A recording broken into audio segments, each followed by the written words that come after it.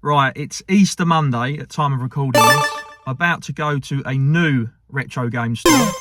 When I say new, you've probably seen from the thumbnail or the name of the title, you're probably thinking, hold on a minute, he's been there before. I've been there before. So it's Miso Retro Games. They actually moved store a couple of days prior to that, I think on the Good Friday. When I say move store, don't panic, don't worry. He's still at the same premise. He's still at Barleylands in Essex. So it's that sort of craft village, farm estate. It's got lots of different sort of shops there, like micro stores and arts and crafts. It's, to put it into justice today, it is rammed. Obviously, it's Easter Monday. It's a real family place. There's like mini golf here. There's cafes. I think there's like some sort of pet and zoo things. There's all sorts here. I've even took the missus for a work Christmas party here before, because I had some massive event going on. So there's a lot going on at Barleylands. So you could definitely blag if your family aren't interested. You can explain to the missus that you want to do something nice for her and the kids. Let them go off, and then you can go, oh, what's this? Look what I've gone past. It's Miso Retro Games. So yeah, don't panic. They're still in the same area. Basically, their premises has changed. They've managed to go into a larger store just downstairs. So you've probably seen from myself where I've done game shop tours there before, where I've walked up some stairs. So they're in the same little block on that little estate. He's just moved downstairs into a bigger shop. So I only just heard about this, I think yesterday, last night. My missus saw it on Facebook. She told me, so I thought, you know, I've not been there for ages because I've got too much stuff. I've been staying away from retro game shops.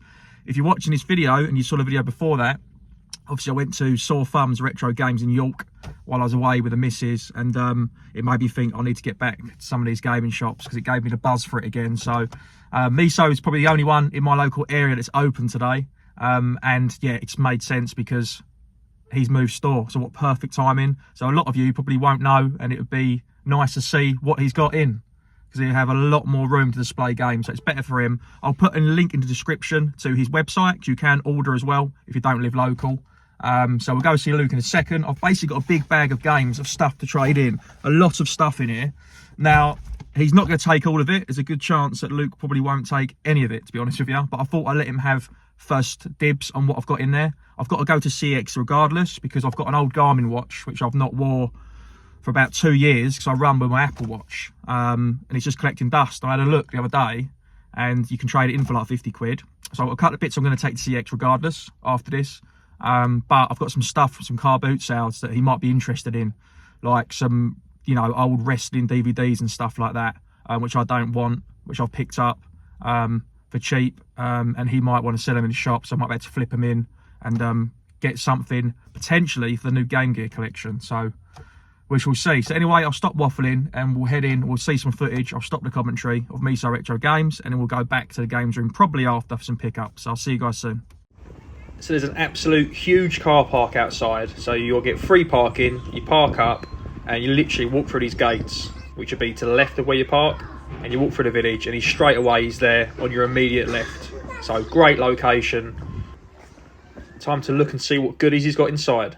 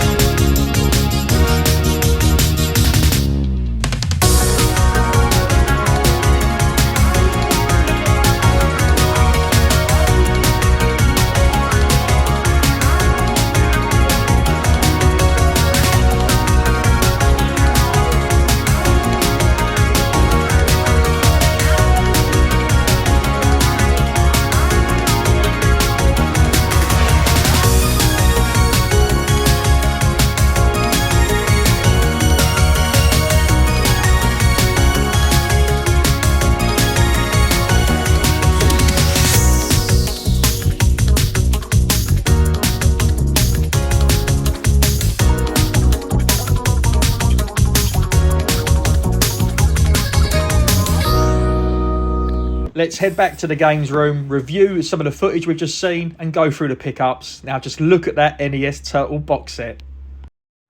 How good was that? Luke has done a fantastic job with the new improved location for Miso Retro Games. You could see from the beginning of the video.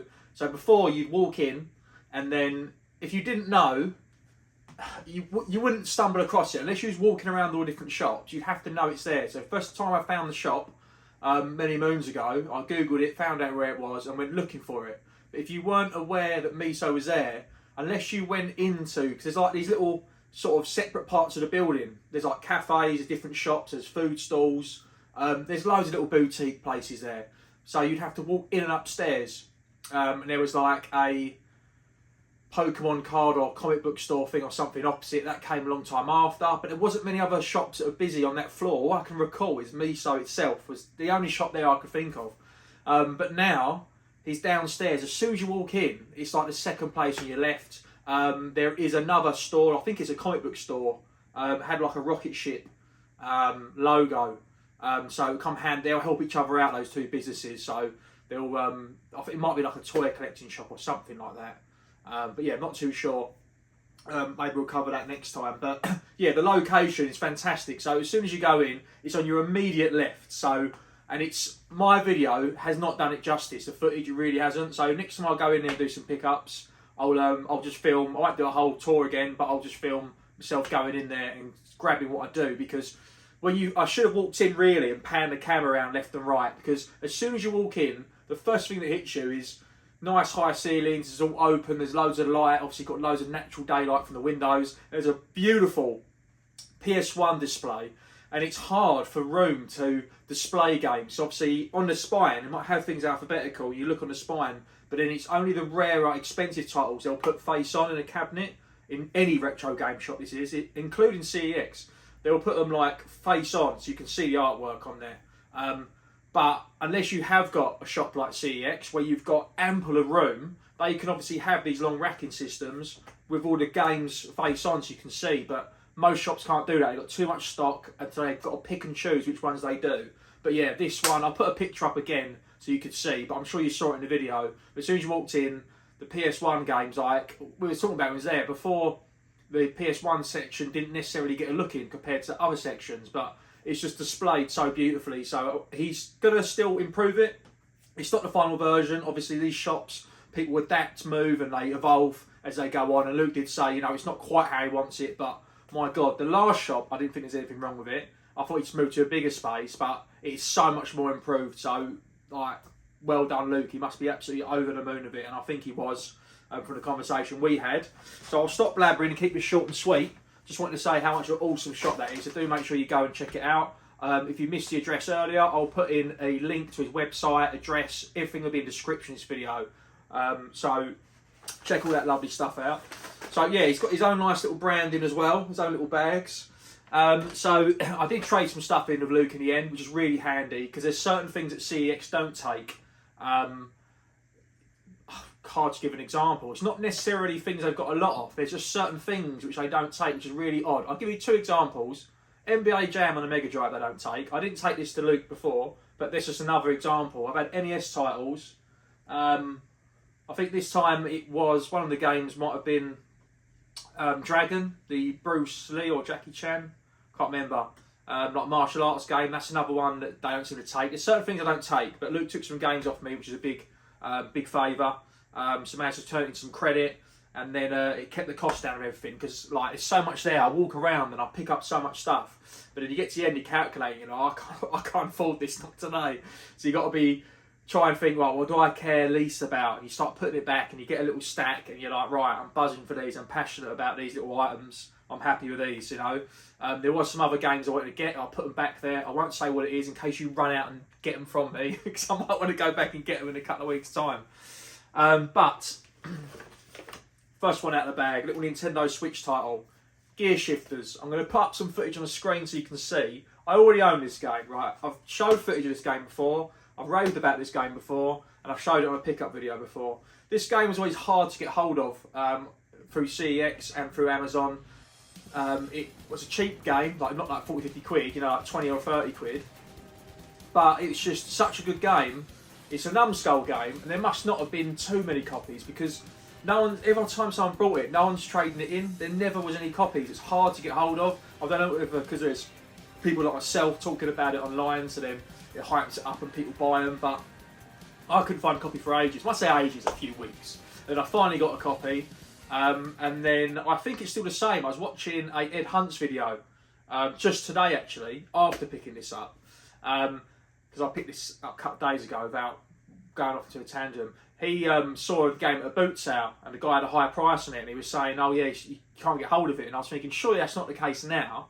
And I went on to CEX because he said at the boot sale, he's like, "There's only 2 copies in CEX," and I thought that can't be right. Surely not now. It's been out for ages. And I looked, and there's still only 3 copies. So this game, people are still holding on to.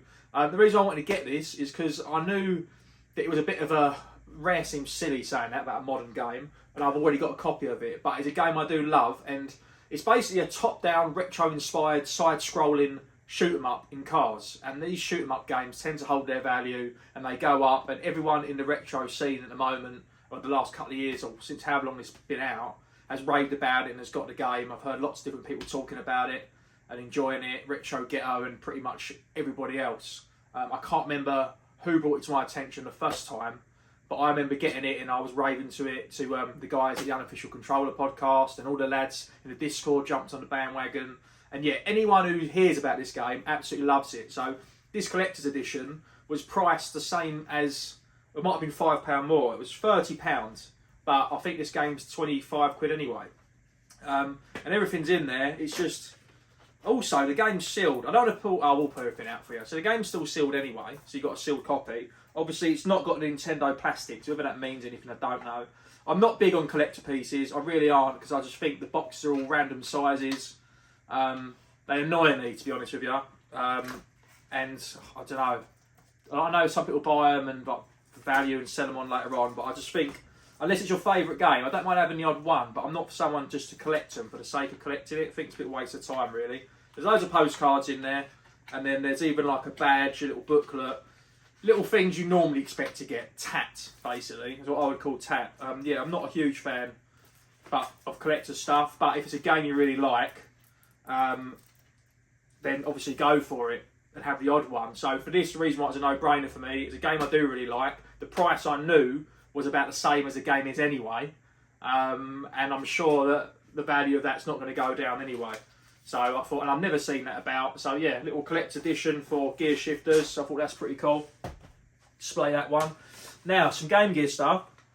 So obviously we've got this new little, that I've hinted about before, new little series of collection for the Game Gear, as you might have saw from the last video. I got a new box Game Gear because my previous one was faulty, and I don't really have any games for it. I think I had Beavis and Butthead, and then basically I don't have like a little hoard collection of it. I've just like borrowed the odd game or played it and then got rid of it. So fantastic game, Castle of Illusion, Mickey Mouse game. This is awesome on the Master System, on the Mega Drive. Absolutely loved it on the Sega Mega Drive. You used to jump up, didn't you, and like with your arse jumping on your enemies' heads. Really good game. I can't rave about it enough. Everyone's played this. If you haven't played it, I think pretty much World of Illusion, Castle of Illusion, every Mickey Mouse game was awesome. Mickey Mania is the only one I didn't play as a kid, and I respected it when I played it a few years ago, where it starts from Steamboat Willie and goes through the time. I appreciated the artwork and the animation, but it didn't connect with me because all these other ones, it's a memories I've got. I won't go on because I spoke about it in previous videos, but I've got memories of like me and my sister coming home and like, where the hell's my mum sort of thing. We come home from school and she's in the other room like trying to complete the game without us knowing. So like, while I was at school, she's been playing the Mega Drive, and it just cracks me up, that story, just remembering that. And yeah, I couldn't talk about that enough. Absolutely love it. And so glad to have got that. Then a couple of little accessories. I thought, I keep saying I'm not going to get box stuff, and look what's bloody happening. So I just thought, oh, what if I do need the magnifying glass? So I had all the accessories back in the day. I had the TV tuner, the printer for the Game Boy, you know, for handhelds, and the camera and all that. But for the Game Gear, yeah, I had the TV tuner. I'm not going to get again because you're not going to use it unless I do see it in a nice condition box. But yeah, they had this magnifying like screen. I remember having it as a kid, and I saw one and saw the other. They're both in very good condition. One's 20, one's 25. and they're only like £15 loose in CX or whatnot. But I just thought I was going to get it anyway. I thought that's a nice condition box, and I'd probably want it. If I'm going to buy one anyway, I might as well get it with a nice box. And he had 2 different ones. I was like, Luke, what's that about? And he goes, yeah, just 2 different variants. Didn't know either. So, yeah, strange one. So I got that. There was absolutely loads there. There really was. And I've got a demo disc from that lovely PS1 display he's got. They're just one of the demos that caught my eye. Used to love the old Rugrats Search for Reptar on the PS1. Me and one of my sisters, Heidi, used to absolutely love that game. But yeah, so it's the demo. It's got some good games as well. Silent Hill. Yeah, just more for the artwork. I've got a couple of little Rugrat bits, and I thought I'd stick that with there. But I don't collect demos or anything. When I tend to come across them, they're normally given to me. Like if you're at a boot sale, you'll buy a bundle of games off someone, and it's like their kid or grandson or whatever. Showing our age there, aren't we? And they will, like, they'll sell you some bits and go, oh, I've got this as well, and they just give it to you. I've had it before. I've been given like random stuff like maps and booklets and manuals. I was given a load of demos before. And you can't see it's off camera, but I've basically just stuck them with blue tack, just like around a TV unit. I mean, what else you do with demos? I've just used them like they're tiles. But yeah, absolutely over the moon with those bits. So yeah, I'll put all the details up so everyone can see. Miso Retro Games, Studio 54, Village at Barleylands, Billericay in Essex, CM11 2UD. Whether this is a new updated flyer, probably not. So I don't know if it is Studio 54, but you can't miss it. To get to the old shop, you have to walk past the new shop. You'd be pretty not very clever if you managed to do that. I'll be impressed if you walk past the shop. If you do walk past the shop, let me know. And I'll just turn around, actually. Don't get in contact with me. Turn around, find the shop, and then just tell me about your troubles later.